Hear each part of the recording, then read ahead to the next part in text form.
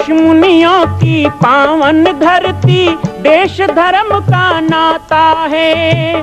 कहते सारे लोग यही हैं, गो हमारी माता है। जाग उठो ओ भारतवासी, जाग उठो ओ भारतवासी, गो पर छुरियां चलती हैं। बंद करो गो माँ की हत्या, सारी जनता कहती है। बंद करो गो माँ की हत्या, सारी जनता कहती है।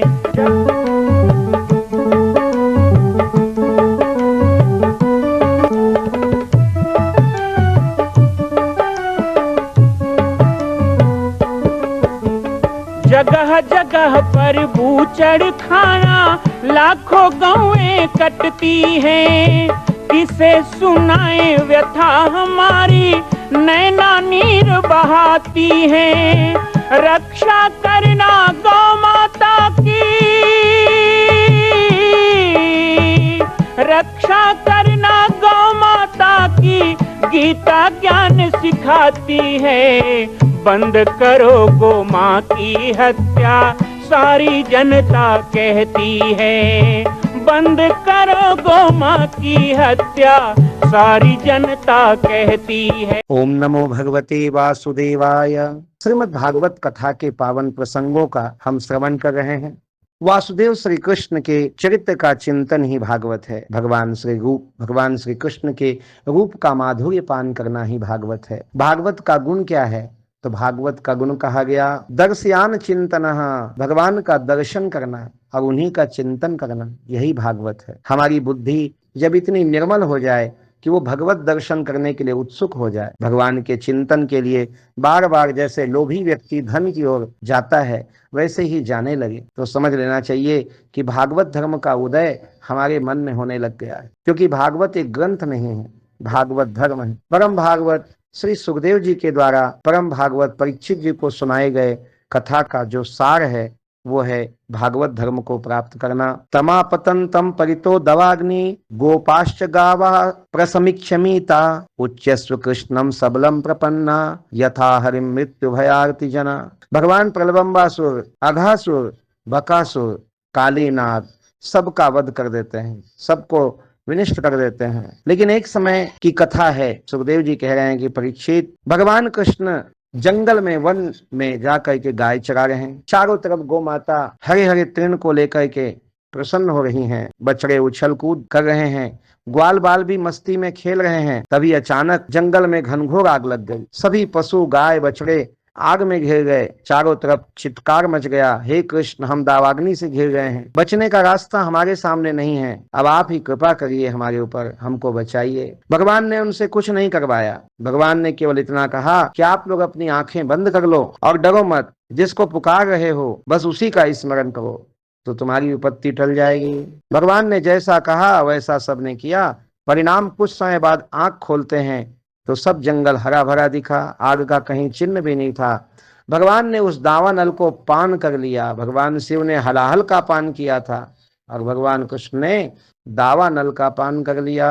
बरहा पीडम नटवर वपु कर्णयो कणिकारम, बिभ्रद्वासः कनकपिसम, वैजयंती चमालाम, रंध्रान वेणुधर सुधया, पूरण्य गोप वृंदे, वृंदारण्यम स्वपदरमनम, प्रावी सदगीत कीर्ति। भगवान ऐसी कई लीला कर रहे हैं। भगवान जब एक बार मन में समा जाते हैं तो उनकी छवि आंखों में, हृदय में बस जाती है, तो फिर उनका बाहर निकलना मुश्किल हो जाता है। एक बार जो हृदय में आ गए तो फिर आ गए। कहते हैं गोपियों के मन में भगवान बस गए थे। भगवान की बंसी जब बजती थी तो उनका मन चुरा लेती थी। भगवान झुरमुट से बाहर आए, उनका स्वरूप गोपियों ने देखा, माथे में मोर पंख, गले में पीले कनेर के फूलों की माला, मोहक स्वरूप, ऐसे गीत कीर्ति भगवान गोपियों के सामने प्रकट हुए। वे भगवान के गुणों का गान कर रही थीं। कोई उनके लिए पुष्प का हार बना रही थीं, कोई उनके रूप चंचल को देख करके प्रसन्नित हो रही थी, प्रफुल्लित हो रही थी। गोप कुमारियों के मन में भी भगवान के प्रति आकर्षण था। जिस तरह गोप बाल और गायों के बछड़े भगवान के साथ खेलते हैं, उनके शरीर का स्पर्श करते हैं, उनका आलिंगन करते हैं, उनके साथ भोजन करते हैं, इसी तरह क्या ठाकुर हमसे भी प्रेम करते हैं? करते हैं तो क्या हमसे भी ऐसी लीला वो करेंगे।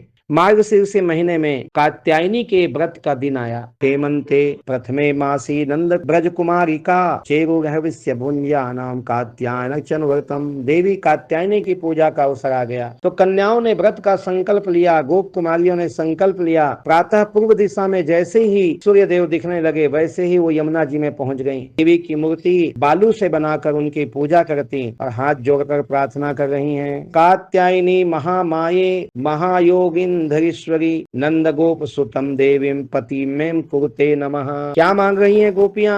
हे माता कात्यायनी, आप महायोगिनी हैं, आपके लिए कुछ भी अदेय नहीं है, कुछ भी असंभव नहीं है। ये जो नंद गोप का पुत्र है कृष्ण, उसको हमारा पति बना दीजिए। पूरे मार्गशीर्ष महीने में पूजा की, अर्थात अगहन का महीना, ठंड का दिन होता है। पूरा एक महीना सुबह स्नान करके पूजन किया माता कात्यायनी का। एक दिन उनकी मनसा पूर्ण हो गई, भगवान ने दर्शन दे दिया। वो स्नान करने गई तो भगवान उनके वस्त्र लेकर एक पेड़ पे छिप गए। उन्होंने देखा हमारे वस्त्र नहीं है तो बहुत परेशान हुई। उन्होंने प्रार्थना की हमारे वस्त्र दे दीजिए, पानी भी ठंडा है, बिना वस्त्र हम जल के बाहर नहीं आ सकते। भगवान ने कहा आप लोग तो हमको पति बनाने के लिए भगवती से प्रार्थना कर रही हैं, पति अगर बनाना चाहती हैं तो आइए और आकर वस्त्र ले लीजिए। गोपियों ने कहा भगवान हमारे शरीर पर तो एक भी वस्त्र नहीं है। तो भगवान बोले यही हम सिखाना चाहते थे। जो नदी का जल है वहाँ देवताओं का वास होता है, वहाँ वरुण का वास होता है। जहाँ पर देवता का वास हो वहाँ इस तरह स्नान नहीं करना चाहिए। आप विधि का पालन नहीं कर रही हैं और विधि का पालन नहीं करने से आपका व्रत भी पूरा नहीं हो पा रहा है। विधि के पालन के प्रति आपको जागरूक करने के लिए मैंने आपके वस्त्र चुराए, आप अपने वस्त्र ले लीजिए। गोपियों ने कहा भगवान हम आपके साथ रास रचाना चाहते हैं। भगवान ने कहा ठीक है, शरद ऋतु आने दो, हम आपकी ये इच्छा भी पूरी करेंगे। जैसा कि श्रीमद् भागवत में हमने श्रवण किया कि भगवान किसी की भी इच्छा को अधूरी नहीं छोड़। जब बलि की बेटी रत्नमाला ने उनको पुत्र रूप में गोद में लेकर दूध पिलाने का मन किया तो भगवान ने पूतना के रूप में उसको माँ का दर्जा दिया, माँ का स्थान दिया। तो फिर गोपियों के लिए जो निश्चल मन की छोटी छोटी बालिकाएं हैं, ये लीला भगवान कृष्ण की बहुत छोटी उम्र की है, 8-9 वर्ष की उम्र की लीला है। गोपियां 6-7 वर्ष की हैं। आजकल फिल्मों में चित्र के रूप में युवक युवतियों को राधा कृष्ण बनाकर इसको अपभ्रंश किया जाता है, ये गलत है। जिसके मन में जो आया उसको पूरा कर देते हैं। हमने बताया देर भले लग जाए, एक जन्म में नहीं तो अगले जन्म में। देर इसलिए कि पहले कोई ऐसी इच्छा की है जो पूरी हो रही है, उसको पहले भोग लो, भोग लेने के बाद नई इच्छा की बारी आएगी। तो ये तय है कि जो इच्छा करी हो मन माही, प्रभु प्रसाद कछु दुर्लभ